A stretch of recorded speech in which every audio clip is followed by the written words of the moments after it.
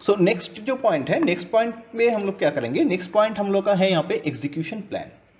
So execution plan क्या होता है, तो हमने तो एस्टिमेट कर लिए कि ये पूरा प्रोजेक्ट हमको 8 लाख में कंप्लीट करना है और मटेरियल में इतना मैक्सिमम खर्चा करना है, मैन पावर में इतना खर्चा करना है, ठीक है। लेकिन प्रोजेक्ट का जो एग्जीक्यूशन का जो प्लान है कि फर्स्ट डे हमको क्या करना है, सेकेंड डे क्या करना है, थर्ड डे क्या करना है, या किस काम को कितना दिन में कंप्लीट करना है। जैसे कि मान के चलते हैं कि अब जो सॉइल एंड बोल्डरिंग का जो काम है, ये मान के चलते हैं कि हमको 7 डेज में कंप्लीट करना है। तो आपने एस्टिमेट कर लिए, डिटेल्स डाल दिए। अब प्रैक्टिकली जो सिचुएशन हो रहा है वो किसी भी रीज़न से हो सकता है कि उसका आगे कंप्लीट हो गया या फिर उसका बाद में कंप्लीट हुआ। तो जो भी है, आप जो डेडलाइन जो सेट करके रखे हैं, तो वो डेडलाइन के हिसाब से आपका प्रोजेक्ट एग्जीक्यूशन हो रहा है कि नहीं हो रहा है, ये इसको ट्रैकिंग अगर आपको करना है तो प्रोजेक्ट एग्जीक्यूशन का आपको प्लानिंग बनाना होगा कि मुझे 7 तारीख के मान के चलते कि 1 तारीख को अपने प्रोजेक्ट स्टार्ट कर रहे हैं, आपको 7 तारीख के अंदर बोल्डर एंड जो सॉइल फिलिंग करना है, ये काम करना है। 8 तारीख से लेके 15 तारीख तक आपको उसका ड्रेसिंग करना है, 15 तारीख से 30 तारीख तक आपको उसको पिच वर्क करना है। तो जो भी काम है, तो इसको आप एक शेड्यूल बना सकते हैं और जब प्रोजेक्ट एंड होगा तो उसको आप फिर से एनालिसिस कर सकते हैं कि एक्चुअल में लगा कितना दिन उस काम को करने के लिए। तो ये अगर आपको प्लानिंग है तो आप इसमें प्रोजेक्ट एग्जीक्यूशन मास्टर का आप हेल्प ले सकते हैं। जहाँ पे क्या होगा, यहाँ पे जैसे कि ये जो वर्क है, ठीक है, ये जो वर्क है, ये वर्क में क्या करना है, मुझे सॉइल एंड बोल्डर फिलिंग, ठीक है, इस वर्क को मुझे कंप्लीट करना है। इसमें आप वर्क डिटेल्स और डिटेल्स भी डाल सकते हैं। एस्टिमेशन डेज आपका 7 डेज में इसको कंप्लीट करना है। एक्चुअल डेज पहले से पता नहीं रहेगा, ठीक है। और रिमार्क्स का अगर देना है तो आप रिमार्क्स दे सकते हो, बेटर होगा। रिमार्क्स आप जब बाद में एनालिसिस कीजिएगा तो तब डालना मतलब बेटर रहेगा, ठीक है। अब आप इसको हम ऐड कर लेते हैं। तो ये मेरा शेड्यूल का एक काम हो गया। अब अगर पूरा प्रोजेक्ट को अगर आप ब्रेक डाउन करेंगे तो इस तरीके का आपका हो सकता है कि 4, 5, 10 मॉड्यूल बन जाए, ठीक है। और कौन सा मॉड्यूल में कितना दिन लगना चाहिए, आप इसमें एक एस्टिमेशन डेज लगा लिए। जब आपका प्रोजेक्ट कंप्लीट होगा उस टाइम में आप फिर से इसको रिवाइज कीजिएगा कि मुझे बोल्डर एंड सॉइल फिलिंग के लिए हमने 7 डेज एलोकेट किए थे, एक्चुअल डेज में हुआ कितना दिन। तो उस सिचुएशन में आपको क्या करना पड़ेगा, आपको एडिट करना पड़ेगा। एडिट करके आपको एक्चुअल डेज को यहाँ पे बैठाना है कि 7 दिन का काम था, ये एक्चुअली लग गया था 10 दिन। क्यों लगा था, कोई ना कोई तो रीज़न होगा।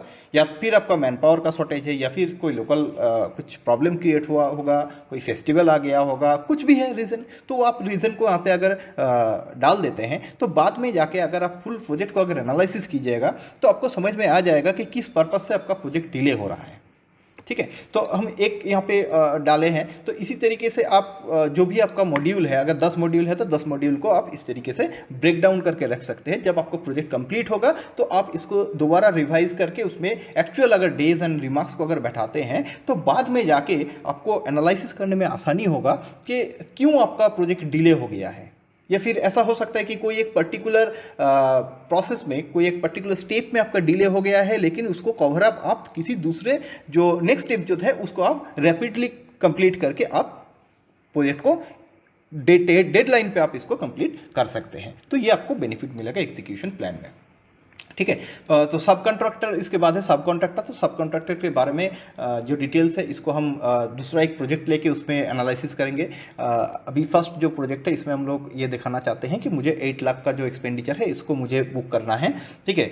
तो और क्या इसमें इंफॉर्मेशन मुझे डिटेल्स हम लोग रख सकते हैं, जो अगर यहाँ पे देखिए PDF अपलोड का भी ऑप्शन है। ये जो प्रोजेक्ट है, ठीक है, अब ये प्रोजेक्ट में जो भी इंफॉर्मेशन या फिर आपके पास हार्ड कॉपी है, ठीक है। जैसे कि आपने जब प्रोजेक्ट को पकड़े थे तो उस टाइम पे आपको कोटेशन सबमिट करना पड़ा। तो आप चाह रहे हैं कि वो कोटेशन का PDF कॉपी हम सिस्टम में अपलोड करके रखें, ताकि बाद में जाके 6 महीना बाद, 1 साल बाद अगर मुझे ज़रूरत पड़ा कि मुझे वो कोटेशन देखना है कि हम कितना कोटेशन उसमें किए थे। क्योंकि सिमिलर टाइप ऑफ वर्क अगर आपके पास आता है तो आपको वो कोटेशन काम में आ सकता है, ठीक है। तो इस सिचुएशन में आप क्या कर सकते हो, वो कोटेशन का डिटेल्स जो है इसमें अगर हम क्लिक करते हैं तो वो कोटेशन का डिटेल्स आप यहाँ पे अपलोड कर सकते हो। जैसे आप प्लस साइन पे अगर आप क्लिक कर लेते हैं तो फर्स्ट आपका कोटेशन का नंबर, ठीक है, जो भी आपका कोटेशन नंबर है तो वो कोटेशन नंबर आप यहाँ पे डाल दिए। ठीक है, कोटेशन का वैल्यूएशन कितना है, आप कितना रुपया का कोटेशन डाले थे,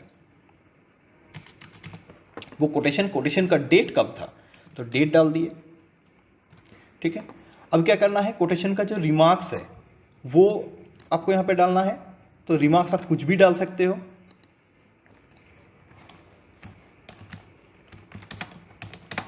quotation for this that project, जो भी आपका इन्फॉर्मेशन डालना है वो आप यहाँ पे डाल सकते हो। हम डेमो के पर्पज से जैसे इसको एंट्री कर लिए।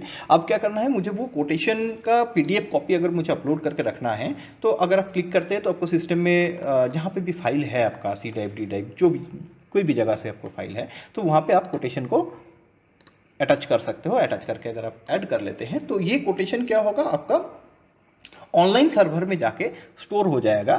तो इन फ्यूचर जब भी आपको जरूरत होगा इस कोटेशन का, ठीक है, तो उस टाइम पे आप क्या कर सकते हो, उस टाइम पे आप देखिए यहाँ पे डाउनलोड ऑप्शन है। अगर हम वापस जाते हैं यहाँ पे कोटेशन पे अगर हम क्लिक करते हैं तो यहाँ पे देखिए डाउनलोड का ऑप्शन है। तो डाउनलोड में अगर आप क्लिक करते हो तो वो कोटेशन आप डाउनलोड कर सकते हो। यहाँ पे डाउनलोडिंग हो रहा है तो डाउनलोड सक्सेसफुल। अब जाके वो फाइल को लेके आप कोटेशन को जो भी आपका काम है तो उसको आप यूटिलाइज कर सकते हो।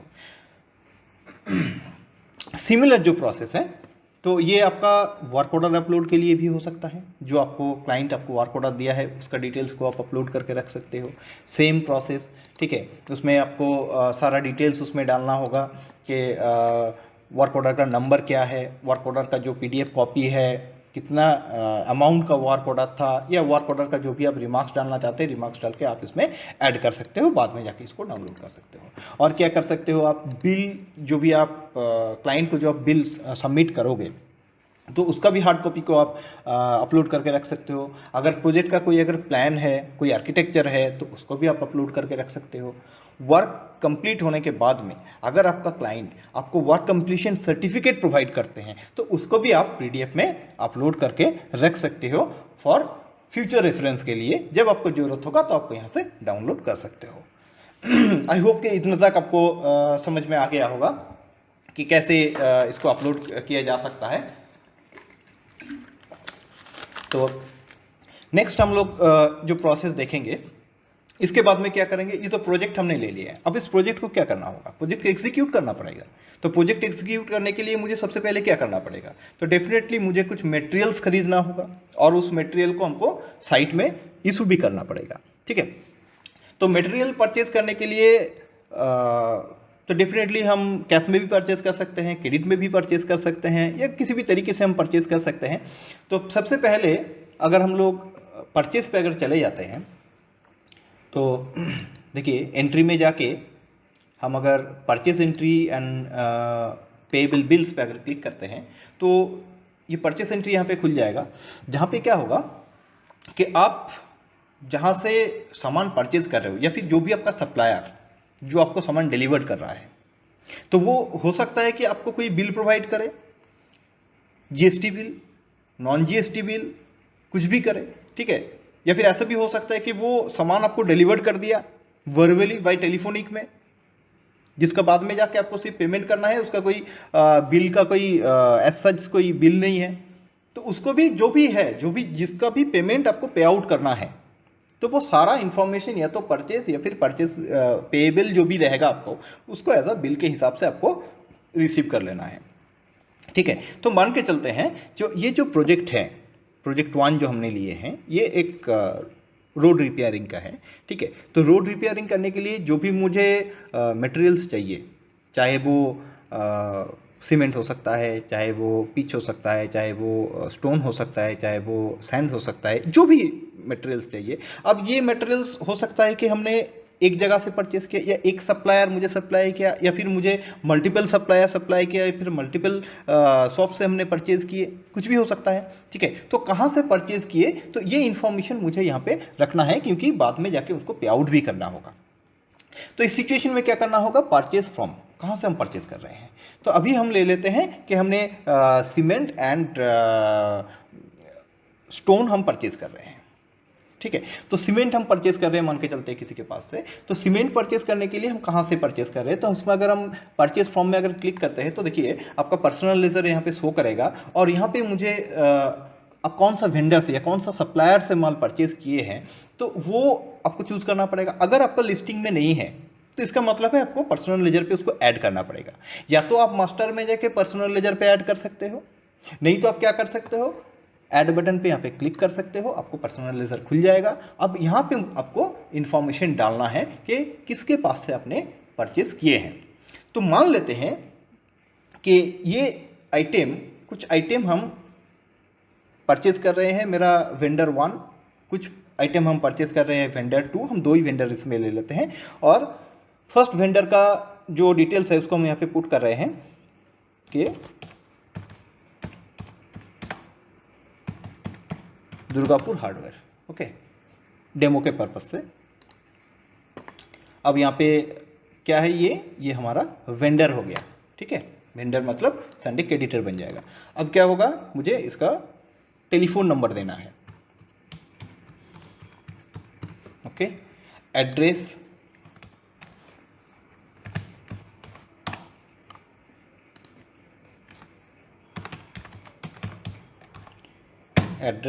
ओके। अब उसके बाद आप लोकेशन आप चाहे तो डाल सकते हैं, पिन नंबर चाहे तो डाल सकते हैं, अगर नहीं है तो कोई इशूज़ नहीं है। पैन नंबर हमने डाल दिए। अगर जीएसटी नंबर अवेलेबल है तो जीएसटी नंबर मुझे डालना ज़रूरी है, क्योंकि अगर हम वेंडर से अगर जीएसटी बिल अगर लेना चाहते हैं, जीएसटी इनपुट अगर लेना चाहते हैं तो डेफिनेटली मुझे वेंडर का जीएसटी डिटेल्स चाहिए। तो हमने ये इन्फॉर्मेशन डाल दिए। अब कुछ सामान हम दुर्गापुर हार्डवेयर से परचेज़ करेंगे या दुर्गापुर हार्डवेयर हमको सप्लाई किया है, और कुछ सामान हम और एक वेंडर बना लेते हैं जहाँ से हम परचेज़ करना चाह रहे हैं, ठीक है। तो लेट्स से बंगाल केमिकल्स लिमिटेड, ओके। तो बंगाल केमिकल्स लिमिटेड यहाँ से हम परचेज़ करना चाह रहे हैं, ये भी हमारा वेंडर हो गया। अब address let's say it's Kolkata,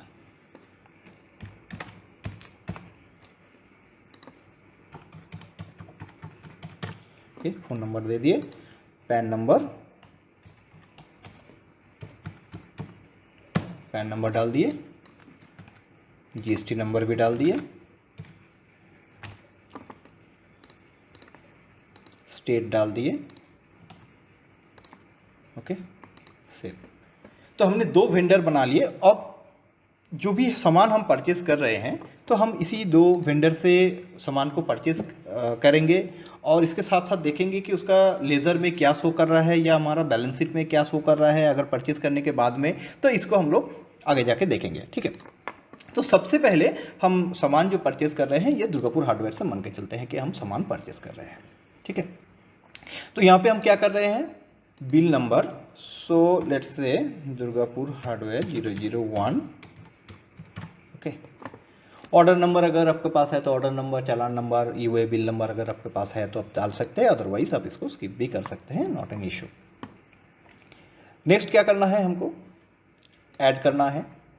अब क्या क्या परचेज कर रहे हैं हम, तो वो डिटेल्स हमको चाहिए कि हम क्या परचेज करना चाह रहे हैं। सीमेंट हो गया, रड हो गया, आपका बालू हो गया, जो भी आप सामान परचेज कर रहे हैं, तो वो डिटेल्स आपको पहले तैयार करके रखना पड़ेगा। तो उसके लिए मुझे क्या करना पड़ेगा, देखिए आइटम मास्टर पे जाना पड़ेगा, ठीक है। तो आइटम मास्टर पे अगर हम क्लिक करते हैं तो ये आपका आइटम मास्टर खुल जाएगा, और यहाँ पे आप ऐड करके जो आइटम का डिटेल्स है वहाँ पे डाल सकते हैं। तो हम एक आइटम यहाँ पे ले लेते हैं। तो पहला आइटम हम लोग का क्या है कि यहाँ पे 3 तरीके का ऑप्शन है आइटम मास्टर बनाने का। सबसे पहले है प्रोडक्ट। अब प्रोडक्ट में आपका रॉ मटेरियल्स भी हो सकता है। अब आपका मान के चलते हैं कि कोई एक ऑफिस है तो ऑफिस का भी बहुत सारा सामान परचेज़ करना पड़ सकता है, फाइल्स वगैरह, जो भी आपका डेली यूटिलाइजेशन के लिए जो भी मतलब आइटम का ज़रूरत होता है एक ऑफिस चलाने के लिए, वो भी सामान परचेज़ किया जाता है। कुछ सर्विस का भी परचेज़ होता है, जैसे कि मान के चलते आप किसी से सॉफ्टवेयर सर्विस ले रहे हो या इलेक्ट्रिसिटी सर्विस ले रहे हो, या फिर आपका जो सीए या आपका जो लॉयर है उनसे कुछ सर्विस ले रहे हो, तो ये भी वन टाइप ऑफ सर्विस ही हुआ, तो उसको भी आप रजिस्टर कर सकते हो। और क्या हो सकता है कि आपको आप कुछ फिक्स्ड एसेट भी परचेस कर सकते हो, जैसे आपका ऑफिस का चेयर टेबल, आपका कंप्यूटर, आपका फ़ैन, आपका कुछ मशीनरीज भी हो सकता है, कुछ बिल्डिंग्स भी हो सकता है, जो भी है तो वो आपका आइटम मास्टर में आपको पहले रजिस्टर करना पड़ेगा। तो सबसे पहले हम इस पे ले लेते हैं प्रोडक्ट। ओके, सो प्रोडक्ट लेने के बाद में यहाँ पे क्या करेंगे, आइटम ग्रुप पे अगर हम लोग क्लिक करते हैं तो एज पर बिजनेस नेचर हम लोग इसको सेट करके रखे हैं कि दो तरह का आपका आइटम हो सकता है, या तो ऑफिस कंज्यूमेबल ग्रुप्स के अंदर में आएगा, जो सामान आप ऑफिस चलाने के लिए परचेज कर रहे हैं, और दूसरा है आपका रॉ मटेरियल्स, जो कि आपका प्रोजेक्ट के लिए आप परचेज कर रहे हो, जिसको आप प्रोजेक्ट में यूटिलाइज कर रहे हो। ठीक है, तो अभी हम लोग ले लेते हैं इसको रॉ मटेरियल्स। ठीक है, अब रॉ मटेरियल्स में किस तरह का मटेरियल हम ले लेते हैं कि सीमेंट। ठीक है, सीमेंट ले लेते हैं। अगर आप चाहते हैं कि मुझे मैन्युफैक्चरर आपको स्पेसिफाई करना है कि एसीसी का है कि बिरला का है कि किसका है, तो वो आप यहाँ पे स्पेसिफाई कर सकते हो ऐड करके। अगर आपको लिस्टेड में अगर नहीं है तो आप लोग ऐड कर सकते हो, और अगर आपको ब्रांड से कोई मतलब नहीं है तो आप इसको एनए भी कर सकते हो। ठीक है, अब क्या करना है, इसको कैटेगरी में डालना है। कौन सा कैटेगरी में इसको डालना है, तो जैसे कि यहाँ पे कुछ कैटेगरीज दिखा रहा है, जैसे कि एक्सेसरीज है, सीमेंट है, कंस्ट्रक्शन मटेरियल्स है, इस तरीके का आप ग्रुप भी बना सकते हो, इसमें कैटेगरी बना सकते हो ऐड कैटेगरी करके। कोई थर्ड कैटेगरी अगर आप बनाना चाहते हो तो आप यहाँ पे ऐड कर सकते हो, अदरवाइज जो आपका एग्जिस्टिंग है यहाँ से आप सिलेक्ट कर सकते हो। ठीक है, जैसे कि ये कंस्ट्रक्शन मटेरियल्स के अंडर में हम लोग रख लिए। तो क्या होगा, अगर हम जब स्टॉक देखेंगे तो ये दिखाएगा कि कंस्ट्रक्शन मटेरियल्स के अंदर में कौन सा मटेरियल मेरे पास अभी अवेलेबल है। ठीक है, एचएसएन कोड अगर आपको पास अवेलेबल है तो एचएसएन कोड आपको डालना है। अगर आपको जीएसटी अगर आइटम में अगर जीएसटी है तो आप जीएसटी बैठा सकते हो। ठीक है, जैसे कि 5% हो गया, 12% हो गया, जो भी परसेंटेज रहेगा। अब इसमें ऑप्शन आता है कि SLWSL का। ठीक है, तो SLWSL में क्या होता है कि कुछ आइटम रहता है, इंजीनियरली रॉ मटेरियल्स में तो WSL ही होगा, क्योंकि ये सामान जो आता है इसमें कुछ यूनिकनेस नहीं रहता है, क्योंकि जब सीमेंट या रड या स्टोन या सैंड ये सब जो आता है इसमें कोई पर्टिकुलर यूनिकनेस नहीं रहता है। लेकिन अगर ऐसा कोई सामान अगर आप परचेज कर रहे हैं जिसमें आपका यूनिकनेस के लिए कुछ आपका सीरियल नंबर है, जैसे कि मान के चलते हैं कि आप एक एसी परचेज कर रहे हो जिसका एक सीरियल नंबर है, एक मोबाइल परचेज कर रहे हो जिसका एक सीरियल नंबर है। ठीक है, इस तरह का अगर आपका आइटम अगर रिक्वायरमेंट होता है तो उस सिचुएशन में आप इसको कॉन्फ़िगर कर सकते हो SL, अदरवाइज इसको आप WSL कर सकते हो। ठीक है, स्टॉक में in stock yes and no, तो इन स्टॉक अगर आपको आइटम का अगर स्टॉक क्रिएट करना है तो आपको येस कर देना है, तो आपको ये स्टॉक में जाके हिट करेगा। ठीक है, और अगर आप चाहते हो कि नहीं मुझे इसका स्टॉक लेने का ज़रूरत नहीं है, हम परचेज़ करेंगे, परचेज़ करने का मतलब है कि वो कंजम्पशन हो गया। ठीक है, तो इस तरह का अगर कोई आइटम का अगर रिक्वायरमेंट होता है तो आप उसको स्टॉक को नो भी कर सकते हो। ठीक है, अब क्या आता है इसका यूनिट, इसको परचेसिंग हम किस यूनिट में करेंगे, तो यहाँ पे देखिए बहुत सारा यूनिट बना हुआ है। अगर आप चाहते हैं, अगर अवेलेबल नहीं है लिस्ट में तो आप इसको ऐड भी कर सकते हैं। ठीक है, यूनिट ऐड भी कर सकते हैं। और अगर लिस्ट में ऑलरेडी अगर अवेलेबल है, जैसे कि हम सीमेंट रखना चाहते हैं बैग की कैपेसिटी के हिसाब से हम इसको काउंट करना चाहते हैं, तो आप अगर बैग में सिलेक्ट कर लिए तो इसके यूनिट हो गया बैग। अब एक्सपायरी यस और नो, मतलब ये जो आइटम हम जो ऐड कर रहे हैं इसका कोई एक्सपायरी है, अगर नहीं है तो हम लोग इसको नो कर सकते हैं। अगर एक्सपायरी के साथ में आपको रिकॉर्ड कर रखना है तो आपको यहाँ पे यस करना पड़ेगा। तो इन जनरली रॉ मटेरियल्स में एक्सपायरी होता नहीं है, कुछ कुछ आइटम में होता है, जहाँ पे होता है वहाँ पे आप यूटिलाइज कर सकते हो। तो अगर इसको हम लोग अभी इंसर्ट कर लेते हैं। ठीक है, तो हम लोग आइटम यहाँ पे ऐड कर लिए कि सीमेंट हम लोग यहाँ पे ऐड कर लिए। अब नेक्स्ट अगर हम यहाँ पे अगर आते हैं परचेज में, तो परचेज में अगर हम इसको क्लिक करते हैं आइटम में, तो आइटम का जब हम क्लिक करेंगे तो देखिए यहाँ पे सीमेंट मेरा आइटम शो कर रहा है। तो जैसे कि हम मास्टर में जाके आइटम मास्टर में भी आइटम ऐड कर सकते हैं, या फिर परचेज करने के टाइम पे अगर हम देख रहे हैं कि नहीं मुझे लिस्ट में मेरा आइटम शो नहीं कर रहा है तो आप यहाँ पे भी ऐड कर सकते हो। ठीक है, तो वही पेज आपका आएगा और आप यहाँ से आइटम को ऐड कर सकते हो। जैसे कि हमने यहाँ पे सीमेंट भी ले लिए, और एक आइटम हम लेना चाहते हैं, मान के चलते हैं इसमें TMT रड लेना चाहते हैं। ठीक है, या TMT बार लेना चाहते हैं। ठीक है, तो हम TMT बार भी यहाँ पे ऐड कर सकते हैं। हम जस्ट एग्जाम्पल के तौर पे यहाँ पे एंट्री कर रहे हैं। तो एक्चुअल आप ये आइटम डिपेंड करेगा आपका प्रोजेक्ट के ऊपर कि किस तरह का आइटम लेके आपको काम आप लोग काम करते हैं, तो आपका प्रोजेक्ट का नेचर के ऊपर ये डिपेंड करेगा। ठीक है, तो ये WSL है, ये स्टॉक है। अब इसका रड का किस तरीके का आप रखना चाहते हैं, मेज़रमेंट कैसा करना चाहते हैं, आप केजी में रखना चाहते हैं, क्विंटल में रखना चाहते हैं, मैट्रिक टन में रखना चाहते हैं, जो भी आपका मेज़रमेंट का जो भी यूनिट है।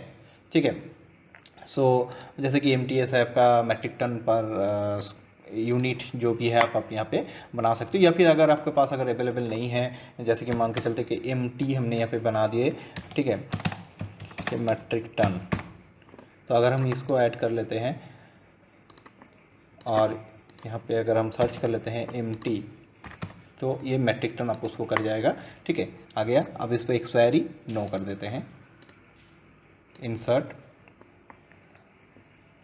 ठीक है, चलिए, तो यहाँ पे मेरा 2 आइटम बन गया, सीमेंट है, TMT बार है। तो हम लोग पहले यहाँ पे सीमेंट परचेस कर लेते हैं और दूसरा आइटम जो है TMT बार भी ऐड कर लेते हैं। सीमेंट हम 100 बैग्स हम सीमेंट परचेस कर रहे हैं और 10 मैट्रिक टन हम रड परचेज कर रहे हैं। अब किस रेट में आप परचेज आपको मिल रहा है ये प्रोडक्ट, तो let's say suppose 350 rupees cement and TMT bar. I don't have the as such information that कितना ये रुपया भी चल रहा है, तो हम एज्यूम कर लेते हैं कि 2500 टन के हिसाब से हम इसको बुक कर रहे हैं। तो टोटल मेरा जो अमाउंट बन रहा है ये हो रहा है मेरा 60,000। ठीक है, टैक्सेबल। अब इसके ऊपर GST ऑटोमेटिक आ गया। अगर आप GST का परसेंटेज अगर चेंज करना चाहते हैं तो आप यहाँ पे GST का परसेंटेज चेंज कर सकते हैं। ठीक है, अब टोटल आपका अमाउंट बन गया 67,200। ठीक है, तो ये आइटम अगर हम अभी सेव करते हैं तो ये इन जनरली क्या होगा, नॉर्मली ये अब मेरा स्टॉक में शो करेगा और स्टॉक से मुझे फिर मेरा जो भी कंस्ट्रक्शन साइट है मुझे उसमें अलोकेट करना पड़ेगा। ठीक है, तो हम दोनों तरीके का आपको यहाँ पे ऑप्शन अवेलेबल है। ऐसा भी हम लोग कर सकते हैं कि जब हम लोग आइटम को परचेज़ कर रहे हैं तो हम इसका स्टॉक कोई गोडाउन में नहीं लेना चाहते हैं। हम इसको क्या करना चाह रहे हैं कि सामान को हम परचेज़ कर रहे हैं या फिर जो मेरा वेंडर है या जो मेरा सप्लायर है वो डायरेक्ट मेरा साइट में जाके माल को डिस्पैच करे ताकि मुझे कैरिंग कॉस्ट बच जाए। ठीक है, तो अगर सिचुएशन होता है तो मुझे क्या करना पड़ेगा, जब हम इसको परचेज़ कर रहे हैं तो परचेज़ करने के साथ साथ देखिए यहाँ पे एक ऑप्शन हम लोग का है परचेज़ फॉर। किस पर्पस के लिए आप परचेज़ कर रहे हो, पहले स्टॉक बनाने के लिए या फिर आप इसको डायरेक्टली मतलब साइट में एलोकेट करने के लिए। तो अगर आप यहाँ पे अगर परचेस फॉर में अगर हम लोग क्लिक करते हैं तो देखिए यहाँ पे प्रोजेक्ट लिखा हुआ है, परचेस फॉर। हम एक स्पेसिफिक प्रोजेक्ट के लिए यहाँ पे चूज़ कर रहे हैं। ठीक है, अब प्रोजेक्ट नेम अगर हम क्लिक करते हैं तो यहाँ पे मुझे सारा प्रोजेक्ट का नेम दिखाएगा कि कौन सा प्रोजेक्ट के लिए हम ये सामान को परचेज़ कर रहे हैं। जैसे ही आप यहाँ पे सिलेक्ट कर लिए कि ये प्रोजेक्ट, दैट मीन्स ये जो आइटम, ये जो टोटल जो 60,000 का जो आइटम है, ये आइटम हम ये पर्टिकुलर प्रोजेक्ट 1 के लिए ही परचेज़ किए हैं। ठीक है, तो मतलब टोटल जो वैल्यू है ये प्रोजेक्ट 1 का मेरा एक्सपेंडिचर बुक हो जाएगा। ठीक है, और अगर हम लोग ऐसा सोचते हैं कि चलिए हम एक फुल ट्रक सीमेंट ले लेते हैं कि 320 बैग, और उसको हम लोग अलग अलग प्रोजेक्ट में अगर असाइन करना चाहते हैं तो उस सिचुएशन में क्या करना पड़ेगा, तो मुझे पहले एक सेंट्रलाइज स्टॉक में उसको लेना पड़ेगा, अब वहाँ से मुझे प्रोजेक्ट में असाइन करना पड़ेगा। तो वो भी प्रोसेस देखेंगे और ये भी एक प्रोसेस है, इसको भी देख लेते हैं। ठीक है, अब इसको हम लोग सेव कर लेते हैं। तो जैसे ही हम इसको सेव कर लिए तो मतलब इसका इफेक्ट क्या पड़ेगा, देखिए जैसे हम इसको सेव कर लिए तो सबसे पहले हम चले आते हैं हमारा बैलेंस शीट पे, जहाँ पे अगर हम सर्च करते हैं तो देखिए आपका यहाँ पे क्या दिखा रहा है, प्रॉफिट एंड लॉस में 60,000 का आपका लॉस बुक हो चुका है क्योंकि आपने एक्सपेंस कर दिए हैं 60,000 का। ठीक है, और यहाँ पे अगर हम लोग देखते हैं कि दुर्गापुर हार्डवेयर जहाँ से हमने ये सामान मंगवाए हैं या सप्लायर जो भी है, ठीक है, तो उसको कितना रुपया मुझे देना है, तो उसको मुझे देना है 67,200 रुपीज़ इंक्लूडिंग GST। ओके, तो आपका बैलेंस शीट पे ये पता चल रहा है कि आपको 7,200 रुपया का आपका यहाँ पे टोटल अमाउंट आपका बन रहा है यहाँ पे, ठीक है। टोटल अमाउंट है 60,000 का, लॉस इसमें माइनस करके रखे हैं रिवर्स एंड सरप्लस में। अब यहाँ पे देखिए ये जो जीएसटी जो आपने पे आउट किए हैं परचेज़ करने के टाइम पे, तो जीएसटी भी आपको यहाँ पे सीजीएसटी एंड एसजीएसटी भी आपको यहाँ पे शो कर रहा है। तो अगर हम दुर्गापुर हार्डवेयर का अगर हम देखते हैं तो दुर्गापुर हार्डवेयर में मेरा यहाँ पे क्या दिखा रहा है कि 67,200 ये रुपीज़ हमको उनको इन फ्यूचर मुझे देना है, ठीक है। अभी आ जाते हैं हम लोग ट्रेडिंग पीएल में। ट्रेडिंग पीएल में अगर हम देखते हैं तो ट्रेडिंग पीएल में ये क्या दिखा रहा है कि मेरा रॉ मटेरियल्स हमने इशू किए हैं, 60,000 का मेरा रॉ मटेरियल्स हमने इशू कर दिए हैं, बट अभी तक मेरा इनकम तो कुछ भी नहीं आया है, क्योंकि हमने जो मेरा क्लाइंट है उनको ना बिल बनाए हैं ना वहाँ से मुझे कोई पैसा मिला है। तो ओवरऑल इस सिचुएशन में अगर हम देखेंगे तो मेरा पीएल क्या खड़ा हो गया, पीएल मेरा 60,000 का मेरा लॉस दिखा रहा है, ठीक है। तो ये लॉस पॉजिटिव में कब कन्वर्ट होगा, जब हम बिल बनाएंगे और बिल के अगेंस्ट में जब हम रिसीविंग करेंगे पेमेंट को क्लाइंट के पास से, तो ये ऑटोमेटिक ये कन्वर्ट हो जाएगा लॉस से प्रॉफिट में, ठीक है।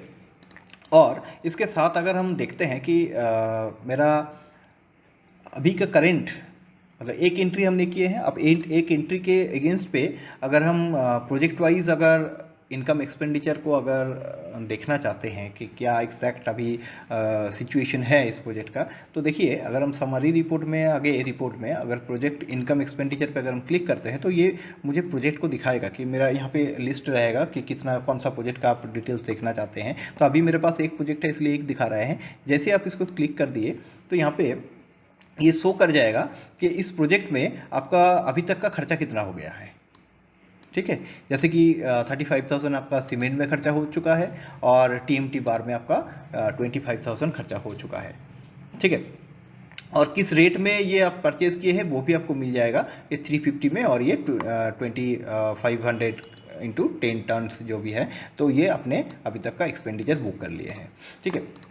तो दूसरा जो परचेज़ का जो प्रोसेस है, दूसरा प्रोसेस क्या है कि अगर हम मान लेते हैं कि उसी हार्डवेयर के पास से, ठीक है, दुर्गापुर हार्डवेयर से ही हम सामान ले लेते हैं, ठीक है। दुर्गापुर हार्डवेयर से बिल नंबर 2, ओके। तो यहाँ पे डेट डाल देते हैं, लेट्स से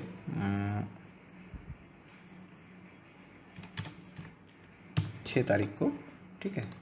अब यहाँ पे हम सीमेंट ले लेते हैं 320 बैग्स इंटू 340 रुपीज़, ठीक है।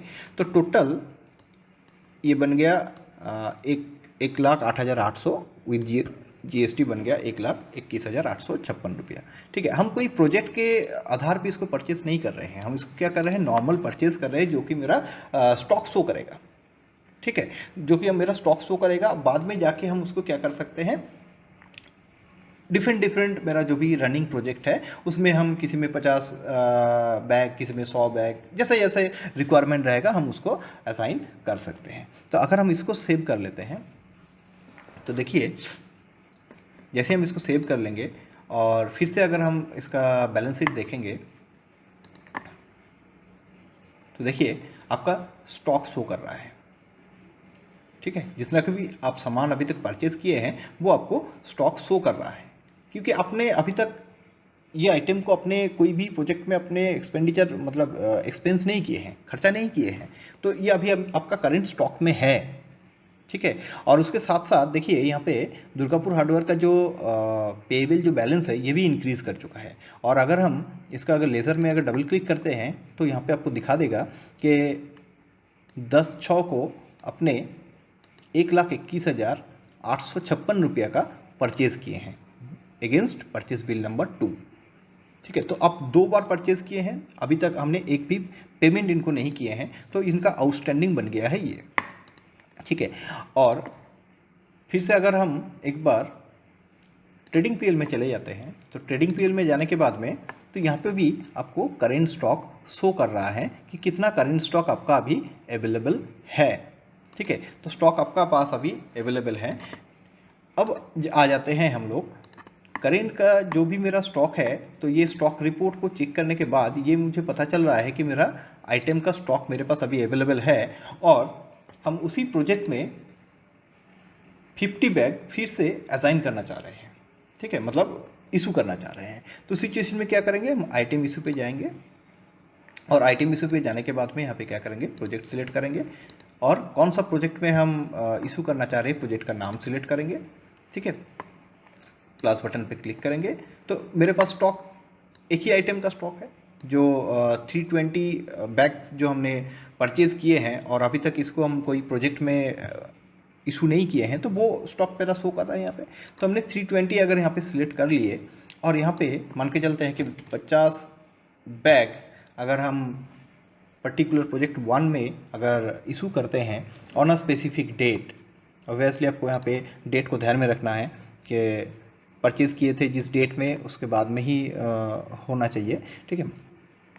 तो हम 25 तारीख को यहाँ पे 50 बैग हम इशू कर रहे हैं उस साइट में, तो 50 पर बैग का कीमत हो गया मेरा 17,000 रुपया, ठीक है। ये सिस्टम ऑटोमेटिक डिटेक्ट कर लेगा, एज पर आप जिस हिसाब से आप परचेज़ कीजिएगा उसी हिसाब से आपका यहाँ पे अमाउंट आ जाएगा, ठीक है। अब यहाँ पे अगर कुछ नरेशन देना है तो आप नरेशन दे सकते हैं, ठीक है। Cement let's say 50 bag issue to project 1, और भी कोई भी नरेशन आप अगर देना चाहते हैं तो आप दे सकते हैं। आप हम लोग यहाँ पे सेव कर लिए। Do you want to add the issue head, अगर आपको इशू हेड देना है, इशू हेड मीन्स यहाँ पे अगर कोई सब कॉन्ट्रैक्टर के थ्रू में अगर आप इशू करना चाह रहे हैं तो उस टाइम पे आपको इशू हेड देना पड़ेगा, अदरवाइज अगर आप नो कर लेते हैं तो ये आपका सेव हो जाएगा, ठीक है। जैसे आपका सेव हो गया तो देखिए इस पर क्या इफ़ेक्ट पड़ा है आपका। तो सबसे पहले हम लोग फिर से बैलेंस शीट में आएंगे और यहाँ पे देखेंगे तो मेरा जो स्टॉक का जो वैल्यूएशन था, देखिए स्टॉक का वैल्यू मेरा घट चुका है, ठीक है। स्टॉक का वैल्यू मेरा घट चुका है और मेरा लॉस भी बढ़ चुका है, क्योंकि हमने प्रोजेक्ट में एक्सपेंस तो कर रहे हैं, अभी तक सिस्टम में कोई अभी तक हम लोग का इनकम नहीं आया है, हम लोग एक्सपेंडिचर ही कर रहे हैं, ठीक है। तो जैसे कि अभी अगर हम प्रोजेक्ट का अगर स्टेटस देखेंगे रिपोर्ट में जाके, अगर हम हमारी रिपोर्ट में अगर प्रोजेक्ट का फिर से अगर एक बार स्टेटस को अगर चेक करना चाहेंगे कि हमने जो 2 एंट्री जो हमने किए हैं इससे अब क्या इफ़ेक्ट पड़ा है, तो देखिए जैसे ही हमने यहाँ पे आइटम को इशू किए हैं 1700 रुपये का सीमेंट हमने इशू किए थे, तो 1700 रुपये का सीमेंट अब किस रेट में कितना क्वांटिटी इशू किए हैं तो वो आपको क्रेडिट साइड में बुक हो रहा है। मतलब जितना भी एक्सपेंस आप एक स्पेसिफिक प्रोजेक्ट के लिए कर रहे हैं तो वो क्या होगा, आपका क्रेडिट साइड में आएगा, और जब आप बिल बनाएंगे तो वो डेबिट साइड में शो करेगा और आपको बैलेंस पता चल जाएगा कि इस प्रोजेक्ट में मेरा क्या प्रॉफिट या क्या एक्सपेंडिचर मेरा हुआ है, ठीक है। तो 2 हमने यहाँ पे क्या किए कि एक हमने परचेज़ किए, जो परचेज़ का मटेरियल्स हम डायरेक्टली साइट में इशू कर दिए, तो वो सारा का सारा प्रोजेक्ट क्या मतलब आइटम क्या हो गया मेरा, जैसे हम परचेज़ किए हम मेरा कोई स्टॉक तैयार नहीं हुआ, वो डायरेक्ट इशू हो गया साइट में और मेरा एक्सपेंडिचर बुक हो गया। दूसरा प्रोसेस क्या हुआ कि हमने नॉर्मल परचेज़ किए जिसके भी में मेरा स्टॉक तैयार हुआ, और उस स्टॉक से हमने क्या किए 50 बैग्स हमने इशू किए ऑन अ स्पेसिफिक डे। अब हो सकता है कि 2 दिन बाद मुझे फिर से मुझे 20 बैग 50 बैग मुझे इशू करना है, तो इस टाइप का कब सिचुएशन होता है, अगर आपके पास गोडाउन है, अगर आपके पास मल्टीपल वर्क चल रहा है, तो हो सकता है कि आप एक बल्क में परचेस कर लिए और उसको अब डिफरेंट प्रोजेक्ट में आपका सेंट्रलाइज जो भी गोडाउन है वहाँ से आप इशू कर रहे हो। तो दोनों तरह का ही मतलब पॉसिबल है, ये आपके सिचुएशन के ऊपर डिपेंड करेगा कि आपका बिजनेस करने का नेचर के ऊपर डिपेंड करेगा कि आप कौन सा मोड पे इसको कर रहे हो। लेकिन कहीं पे भी आप प्रोजेक्ट के नाम पे अगर कुछ भी खर्चा बुक कर रहे हैं तो देखिए वो खर्चा मेरा कहाँ पे आ गया, प्रोजेक्ट का जो भी इनकम एक्सपेंडिचर का जो रिपोर्ट है यहाँ पे आपको शो कर जाएगा। ओके।